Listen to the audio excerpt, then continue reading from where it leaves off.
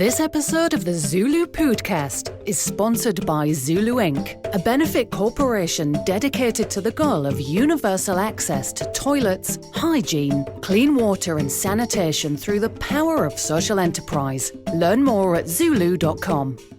These police pickup trucks pull up in front of the hotel, and these police officers get out, and they look like third world. They should have mounted some machine guns in the back, know, that kind of truck.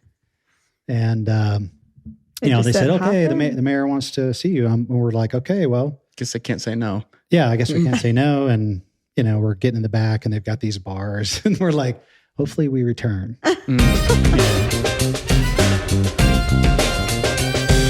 Welcome to the ZuLoo Pōōdcast, where we talk all things poop, toilets, and sanitation.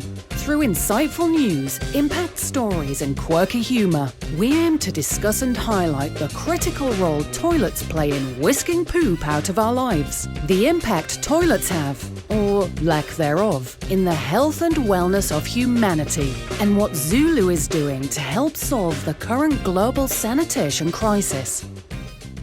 Hey everybody, welcome back to the ZuLoo Pōōdcast. Yet again, we're excited to have you listening in. We've got our Peruvian flag. Darren, scoot over so our viewers can see. Here today, and that's because we had a very special opportunity to speak to David Utrilla, who is the Honorary Consul of Peru here in the state of Utah, and he was amazing. And Darren returned recently from Peru doing some scouting for some ZuLoo projects. So, true story. This hat's from Peru. Yes. Proof that you went. It's got Peruvian language on it, Spanish. But wow. Yeah. Yeah. So we're excited. We're excited to have you listen to our chat with David and also dive into, our regular poo news or snap polls, whatever Darren's got in store for us. This actually is not poo news. Okay. Whoa. But we're going to get into poo news sort of with David, right? Talking about sanitation in Peru. But yeah, today, we're all about Peru. Got Peruvian, vibes going on. Uh-huh. Mm-hmm. So today I wanted to, it's kind of like a snap poll, but it's about strange facts about Peru. We'll test your knowledge. Oh. Okay. See how knowledgeable you are about Peru. What is, and you kind of had a hint earlier today on the interview, but what's the local delicacy that's unique to Peru? Inca Cola. That's my Peruvian delicacy. I do love Inca Cola. Inca Cola is a staple, though. Yeah. That's like, I'm talking about a little delicacy. You don't always eat it, but hey, if you're just feeling the vibe, Peruvian vibe, you're in Peru, you're going to order this. What is it? It's guinea pig. I don't know what they call it in Spanish. They call it cuy. Cuy. Wow. Cuy. Cuy. Cuy. But yeah, actually had some. Actually don't want to order it again. Do they just cook it on like a spit? So it comes with its little paws and everything? It's like, it looked like a terrible way to die. Just hopefully they killed it before they jammed the I think so. The skewer up through the bum hole. Yeah, it's a terrible way. Sounds fun. If you're a guinea pig, you do not want to go to Peru. Yeah. So what did it taste like? Wow. It was kind of like greasy chicken. Kind of. Yeah. And did you eat it like corn on the cob? Yeah, kind of ate it. Little paws. I avoided the paws and kind of went for the middle. And then after that point, I think I lost my appetite. I was sort of like, They didn't give you any instructions on how it should be consumed? No, it's just eat it. Eat it on a stick. No sauce? I'm just picturing that scene from Shrek at the very end. Well, near the very end, where Shrek's roasting rats over the... Oh, yeah. Yeah, and he just takes just a nice little giant chunk bite out of it. It's always looked really satisfying. Not that I think rat looks satisfying, but just... It's like a little rat. It's like a little rat. So you're ready. You want this. Well... You could try this at home. You can go to PetSmart and just pick up a guinea pig and then go home and put it on your spit. But that's what's interesting is that I bet that there are a lot of Peruvians living in the United States who would love to make koi, but how I think you just have to go to the pet store and instead of the grocery store and just order up some It's weird if you go into PetSmart and you're like, can I get 10 pounds of guinea pig? Is that legal? That's a good question. We'll have to look into that. Or would that be considered like animal abuse? I'm not sure. If you farm them, it may be okay, right? But if you're just maybe at a pet store, I'm sure that there's some Peruvian farmer stateside. Yeah, you have a little birth certificate and all that stuff. So anyway. You walk in with a grocery bag and just throw them in. Another funny thing is Peruvians love to give this kind of gift on New Year's Eve. What is it? The cocoa leaves. No. What would a Peruvian give you? Phone a friend? Can I call David again? No, yellow underpants. Yellow underpants. Classic. Yeah, tradition based on the belief if you wear a new pair of underwear during the first moment of the year, you'll have good luck for the entire year. Do they have to be yellow? Apparently, that's the most popular color. So it can just be because underpants. It's Inca Cola color. Inca Cola. It's kind of a gold, right. Well. Okay. Yeah. Another fact. What does Machu Picchu mean? Very high. Nope. Wow. Air goddess. I don't know. I'm terrible at this. It means old mountain. Old mountain. And if you say it incorrectly, if you say Machu Picchu, it means old male body part. Good. They both point high in the sky, so right. I did not know that. So you got to be careful how you pronounce it. So what's the correct pronunciation for our listeners? Machu Picchu. You got to put a K in there. A Picchu. That means old mountain, not the other thing. Oh, wow. How can you tell if a native Peruvian, the Quechua tribe of Peru, they wear the traditional, you see them in all the pictures of Peru, the woven, colorful jackets and all that. Mm-hmm. How do you know if a Quechua woman is single or married? She doesn't enjoy the Harry Potter novels. No, by what she's wearing something. What she has how can you tell? Hair loopy braids if she is married. No. She wears Doc Martens. No. Married women wear straw hats. Oh. Single women wear knitted caps. Oh. Well, that makes sense. Yeah. Yeah. It's true. I got to get myself a straw hat. You get a straw hat? Oh. Good thing I didn't wear my caps today. I know. You may put out the same message. Yeah. Llamas spit when they're in danger. They spit. I did know that. You could have asked me that in a question. Oh, okay, sorry. I want to get one right. Okay. Okay. How about this? What country can you type out on a single row on the keyboard? Hint. What? Peru. Right. Wow. Yeah. Now that's a fun fact. That is a fun fact. Does that hold true for Spanish keyboards that have all the letters in the same spot? Where does the highest sand dune in the world exist? South Korea. Nope. Peru. Yep. Peru. You get points. You're getting it. You're winning. It's like I know the theme of the episode. God. And where's the highest navigable lake in the world? That's Lake Titicaca. We're correct. Sorry. You want me to guess? Say you what already I said said. the answer. Say what she said. Say phone a friend and I'll be your friend. No, and then I'll give you the right answer. So wait, so they have a place called, Machu Picchu means another thing that we covered. And then there's also a lake called Lake Titicaca. Yes. So yes, you could do so much material for you. If we only had time, Quinn, for you to just mine all that material. I have a fun fact about Peru. Okay. I've been. Okay. Let's hear it. In Cusco, they have a McDonald's. What color are the arches? I did not see a McDonald's there. I think I went to it because it was so special. The arches are black. What? They have black arches. Are you just teasing me? black arches. There's black McDonald's arches in. I think they had to. It was like a stipulation for them to get the McDonald's built, and that was more mind blowing to me than Machu Picchu. Yeah, I'm a little bit stunned right now. I'm trying to. She's like Gothic. Black arches. Gothic McDonald's. Gothic McDonald's. That I would go to a Gothic emo like McDonald's. That would be so cool. Well, did you go in an order? I think so. You Pretty sure. Yeah. Yeah, went in there. How many people are carrying Big Macs up Machu Picchu? Well, I just want to say Pikachu. Machu Picchu.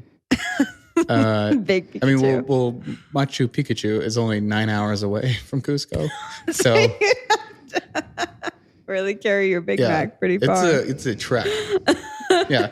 Take that bag, put that in a cooler, then go hop on the train, and then hop on the bus, and then then you gotta hike it all the way up to the top. And then you hike up there, and then you're like, here we are, and then you eat it.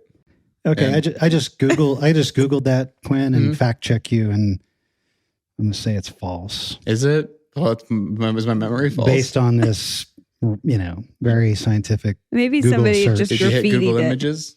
Are you sure it was you weren't like impaired at the time, like in some way? Well, my dad maybe could have slipped me something, but I don't know. And who could know? Pretty sure, but who knows? Maybe the altitude was getting to me. How old were you? It was 2010. Yeah, how old were we in 2010? I don't know. 15? 15, 14. Something like that. But okay. Well, you'll just have to go back to Peru and prove it to us. I'm sorry, guys. Yeah, we need evidence. I thought this was a fun thing I knew, and maybe it was a lie. Yeah, it sounds like a lie. But anyway. Any other fun facts for us, Darren? No, I think you guys got pretty good scores. Pretty good. You guys are honorable Peruvians. That's all it took? That's it. I would actually still like to visit Peru, though, and that try the delicacies. Because you want that guinea pig. I want that guinea pig.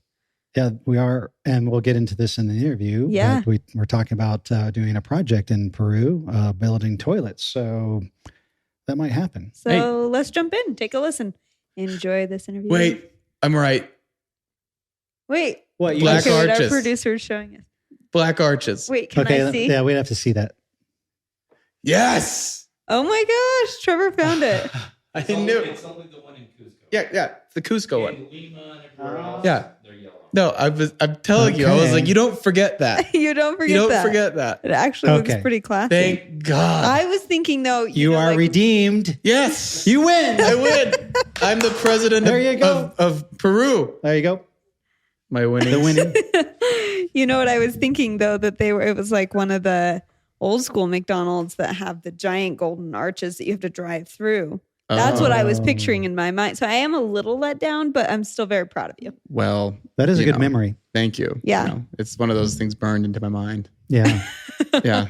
Good job. So it is true, Quinn. viewers. It is true. And now you know where to go when you're going to Cusco. Mm-hmm. McDonald's. Yeah. Maybe they have a burger with a little koi guinea pig in there. I'll bet that they do because burger. McDonald's does do cultural dishes around the world. Yeah. Bet you could get a little koi burger. Yeah, it's like a pack of French fries. But maybe that's how I'd prefer to eat my koi. It might be good. With ketchup. It's Americanized. Yeah. Oh yeah. Yeah. It wouldn't be a guinea pig. It'd be like a small hamster or something else.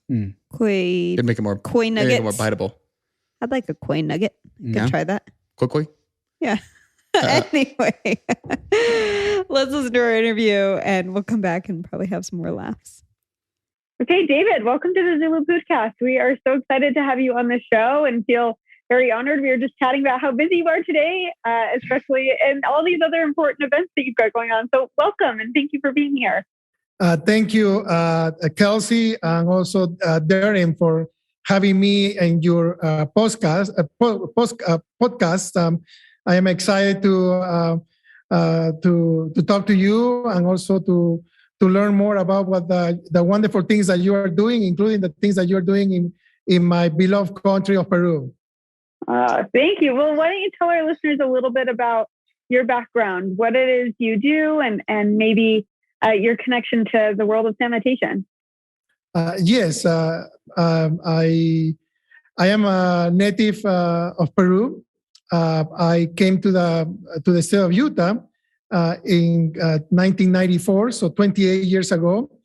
And I came as an immigrant going to college, and I didn't speak the language. I came from a country that is considered a third world country. At the time, there was a lot of political and civil unrest because of the Shining Path, which is a terrorist organization.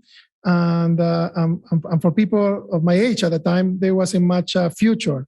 So I came to the United States to look for better opportunities, to learn the language, to finish my career. And I found so many opportunities here. A year after I arrived here, I founded a company called U.S. Translation, which is one of the largest translation and interpretation companies in the state of Utah. We provide language services into over 100 languages for corporations and organizations from around the world.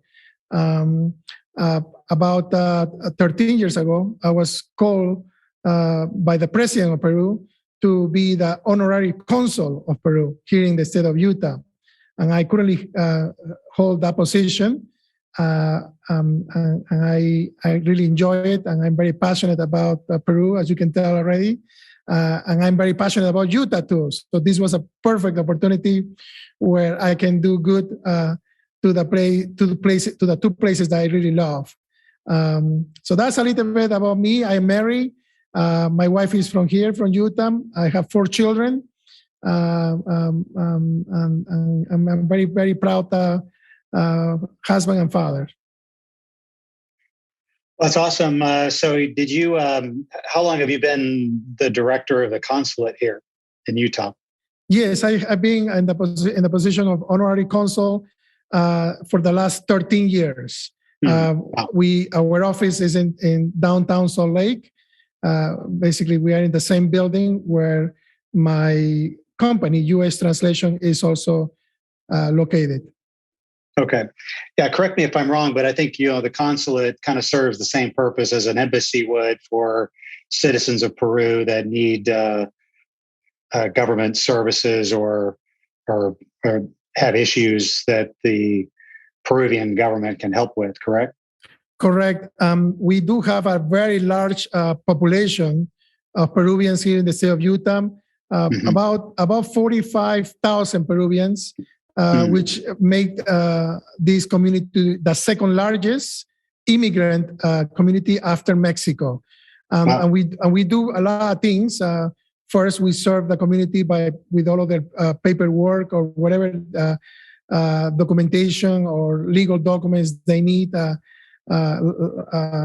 For sure, that's one thing that we do. But the other thing that we do is promoting the relations of the state of Utah with Peru, specifically in terms of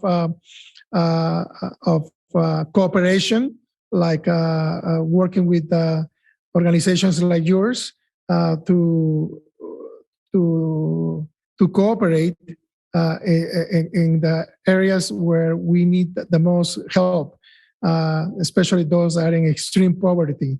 We also work with organizations like universities to promote education, higher education in Peru.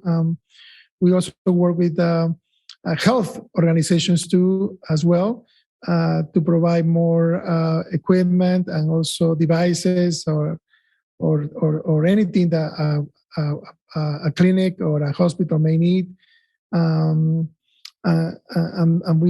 of course we promote business too between the two, to the state of Utah and Peru. And it has been very good, the relations. I think when you look at who are the biggest partners of the state of Utah around the world, Peru is one of those biggest partners. And when you ask the country of Peru, who is your biggest partner in North America, and all of them will tell you that Utah is one of the biggest partners there. In fact, about 3 weeks ago, I was in Peru. I went there for the inauguration of the Peru-Utah Chamber of Commerce. To my surprise, there were a couple hundred people, business leaders, political leaders, diplomats in attendance, all of them talking about Utah and talking about the opportunity to work with Utah in many areas. And there will be an inauguration also coming up here in Utah for this same chamber on August 19. Of course, you are invited. You guys are invited to attend. So you can meet many people that I think you can have a good network and you can collaborate in your social impact efforts that you have in the country of Peru. Well, that's great. Yeah, please, send us details on that. We'd be honored to be associated with that. Yeah, we certainly have fallen in love with Peru. We just came back from there a few weeks ago, and you were obviously instrumental in helping arrange some key meetings with obviously the mayor of Chinchero. That was a fantastic experience. A meeting not only him but all of his staff and some other NGOs that are working in the area. We also took a tour of some of the highland areas that need sanitation.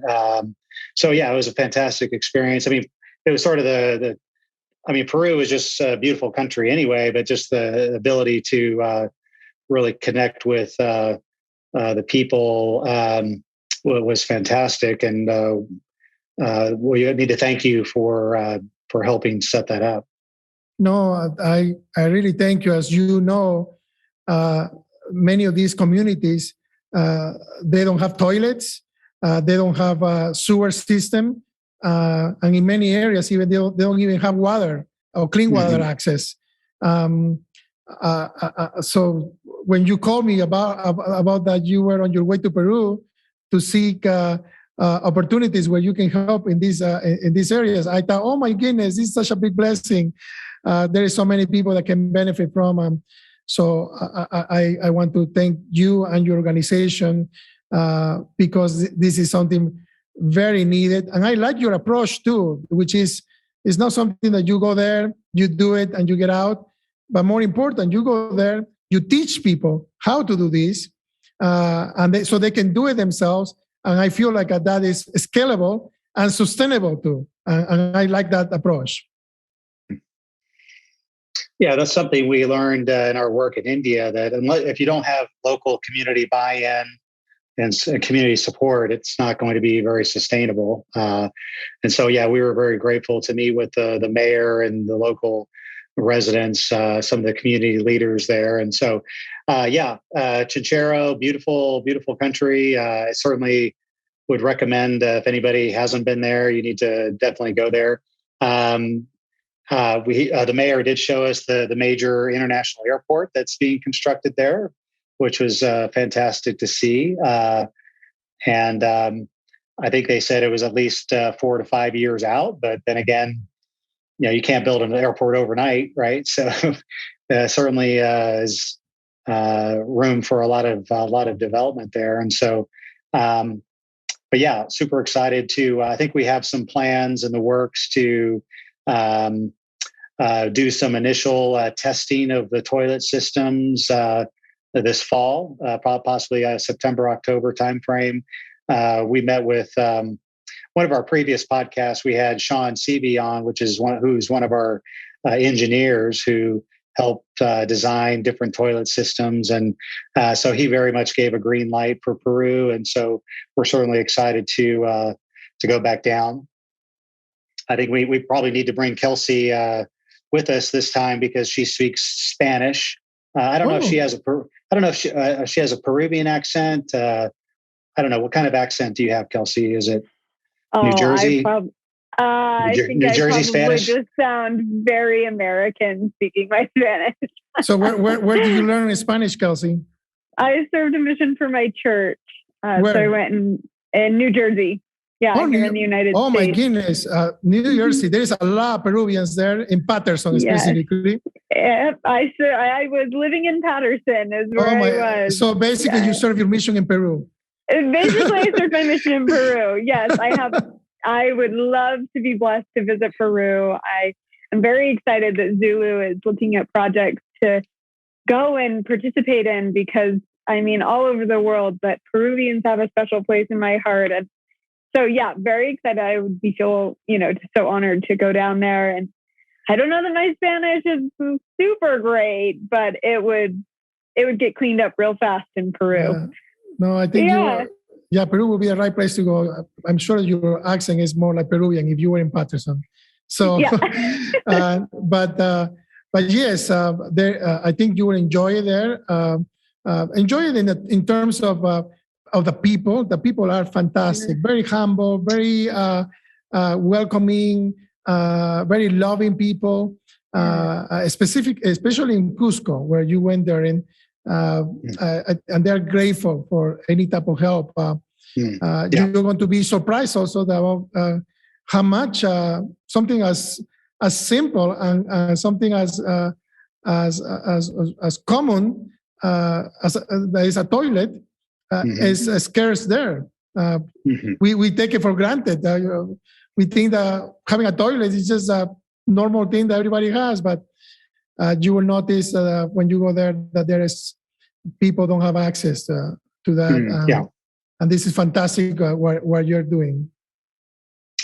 Yeah, that's what we were able to meet some of the obviously people in the city, Cusco, the very, very developed city, and also Chinchero, small town but very developed. But then when you get up into the highlands, up above, I don't know, I don't know if we were at 10,000 feet or I don't know how high we were, but there was just we met some of the, I think they were direct Inca descendants, probably. They spoke Spanish, but, just it looked like they had been there, thousands of years, right? And living up in the highlands. And, we would ask them, we're, very humble dwellings, one room, no electricity, no water, no.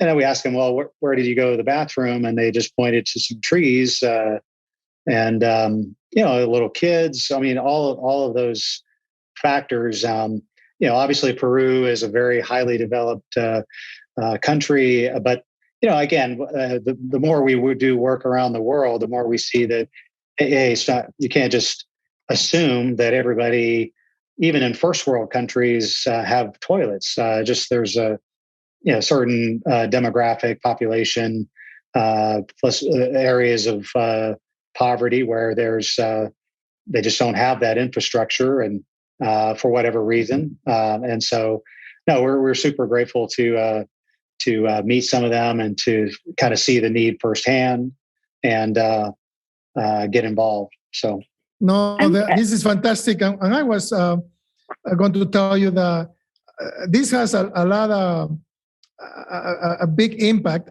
in many ways. Of course, we have the comfort a toilet brings, but there is some sanitation and health also issues there by not having a toilet. As you know, you go to the trees, everything, but that's not the most healthy way to manage waste.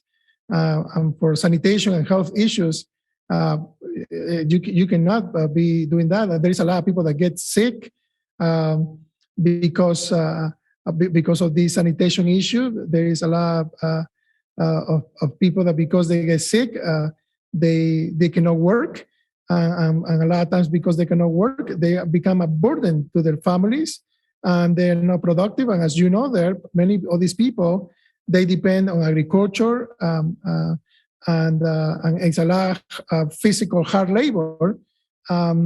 And it requires people to be at their top physical peak. But with something as simple as you think about the toilet, it makes a big difference. Many times, if you look at the life expectancy of people that live there in the Andes, is not very long, and a lot of times have to do with health issues. So I don't want to say that what you're doing save lives, but for sure, if nothing else, at minimum, it improves the lives of people and improve the lives of communities even. Yeah, one of the things that we get most excited about in the world of sanitation and the work that we get to do in ZuLoo is that sanitation really can save lives. Quite a few, specifically child mortality rates are very high in areas where the lack of access to safe sanitation causes preventable diseases to be contracted in children, and then children pass away when really they could have had these rich, lovely lives had they had access to, a toilet or a communal bathroom. And the other thing that I think gets me particularly excited about sanitation is the economic opportunities that it provides individuals and families, and then communities, and then countries, and then us globally, right? It circulates all throughout. And if we can get families access to safe sanitation, then the effects that you're talking about, David, happen in an instant. We have so many stories of our beneficiaries in India who, have to walk. They spend 4 hours of their day just walking to a place that they feel mildly comfortable using the bathroom in. But that's 2 hours away from their market stall, or it's 4 hours away from their family, or they're having to tote young children, and it becomes laborious physically.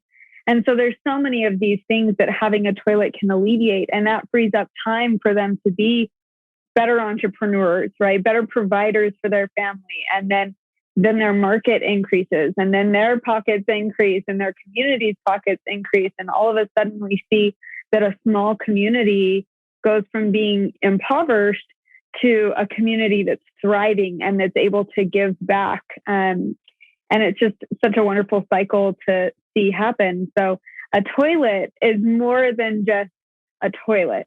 It's more than just a place people go to, dump unpleasant things.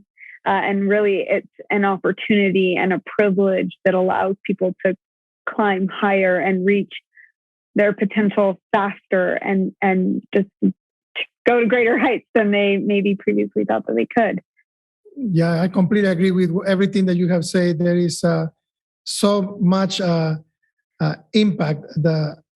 Like you say, a simple toilet, or so much, it can make a huge difference just to have a toilet in a place, for sure. I completely agree with everything that you have said. Okay, Kelsey, we need you to restate all that in perfect Peruvian Spanish. And then we'll have David critique you and see if it's, Oh man, I didn't know that I was hopping on our Foodcast today for a pop quiz. I'll have to study before I can do that. Yeah. But. And also, David, one of my favorite things about the trip was what do you call it? Cuy? The cuy, the guinea pig. Yeah. Do you think Kelsey would like that? Do you think she would? Well, she will have to eat that. And it's a delicacy, little guinea pig, but I think it's all how it's prepared. I think it's, I certainly enjoyed it. It was a great source of protein on the trip. So it tastes good. My wife doesn't like it because when she grew up, that's what she had as a pet, and she doesn't feel like eating a pet. And especially when it has the head and the hands, it can put people off a little bit, if you. But anyway, Kelsey, what were you gonna say? I was just curious. I wanted to ask David a little bit more about, from a cultural standpoint, how Peruvians do see sanitation-related issues. Is it? Well, I'm glad that you asked me. Secret and shameful, or how's that perceived in Peru? No, actually, I'm glad that you asked me this because this is another thing I wanted to share with you guys. Sanitation is a big problem in Peru. People know. People are not happy having to deal with waste that is everywhere. Nobody's comfortable having waste, and everybody understand that having a very poor infrastructure for waste management leads into what you say, into sanitation issues, into health issues, including even people getting sick, and because of the lack of medical attention, people even dying, especially children. And So no, people know that is a big problem, and people actually are desperate to have a solution for that. And yesterday, specifically, I was meeting with a group of people from the Emirates, and they have and they came to me because the president of this organization is a native of Utah, who now lives in Dubai, and he came to visit family here in Utah, and he remembered me and remembered that there was a consulate, and he wanted to do something specific in Cusco. He has done extensive research specifically in waste management, and Cusco has so many issues with that. So he came to tell me that he has already developed a plan that will take care of all of the waste management problems in Cusco, and even with this innovation and technology that he has, they're going to be able to not just to manage the waste, but even to convert this waste into energy, into electricity, which is a problem, like you, Darren, was saying, that there's a lot of people that don't have even electricity. So they will be able to provide that. And in many cases, depending on what type of waste it is, even to convert these waste into fertilizers for agricultural purposes too. So I communicated this with the mayor of Cusco. We actually spoke on a telephone conference, and they were so excited. To answer your question, Kelsey, they really need this. They say, "Oh my goodness, this is such a big blessing. We really need to solve the problem of waste and sanitation here in Cusco, and of course everywhere in Peru as well." Well, are we allowed to ask details? I would love to know a little bit about. Yes. Yeah, what are some of the plans that this gentleman proposed to manage waste in Cusco that were innovative, something they're not doing currently? Yeah, well, I will repeat what I was told. I don't know. I haven't done a research myself, and I don't have access to the research papers. But what this organization was telling me is that Cusco alone generates 500 tons of garbage per day, and they with the technology, if they were to recycle this waste and get, of course, rid of all of the toxins and all of the problems, that bring the garbage, they will be able to generate enough electricity to have at least half of the population of Cusco with free electricity, and it's amazing, because you are addressing many problems here. You are addressing the sanitation problem that we have discussed. We are also solving the problem of electricity, and electricity is not just having light, so you can enjoy watching TV or cooking or anything like that. It also promotes having a business that requires energy, industries, and job promotions, of course having being included into modern society, having access to internet, and having access to the world, education, so many things that these things will bring to the community, and they were super excited. I asked them, well, I'm sure this is not for free because it costs a lot of money to implement a project like this, but they say, yeah, we know. And I say, and part of the problem is that there is no money in these communities. They don't have the money to invest into something that they know is good. But they say, don't worry, we have the investment, we have the money to implement this with no cost to the people there, so we are very excited about this. I would be happy to make an introduction to this group because I think there may be some synergies between their organization and your organization, if nothing else, access to capital, which is something that they have quite a bit. Yeah, that's ZuLoo. One of our emphasis is that private enterprise technology, those obviously working in connection with government, but when it comes to private enterprise, we think that's a essential characteristic of any kind of toilet system or toilet technology for it to be sustainable for the long term. So no, that'd be great. That sounds like a great development. For sure. Well, we are out of time, unfortunately, but David, thank you so much for joining us today and for telling us a little bit more about all that's going on in Peru. And we're excited to be, connected with you and connected with Peru and excited for future projects to be down there and seeing progress happening for those wonderful people that we love so much. Thank you for your time and good luck at your keynote speech tonight. We hope that goes really well for you. No, thank you very much. But you have to say your last words in Spanish, at least. I'm sure that there is a Spanish-speaking audience that now that they know that you speak Spanish, they want to hear a little bit from you, even if it's a 10 second goodbye. Sí, okay, está bien. Muchas gracias por estar aquí con nosotros. Estamos tan agradecidos para conocerle. Estamos agradecidos a todos ahí en Perú. Gracias por escucharnos. Gracias por su ayuda. Y esperamos que estén súper bien.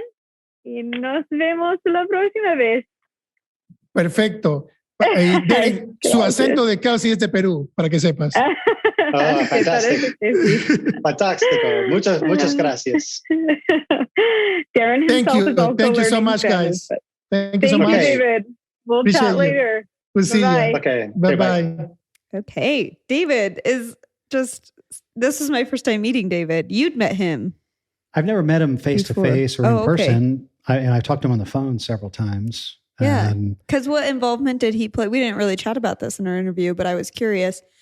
What involvement did he play with you chatting with the mayor of Chinchero?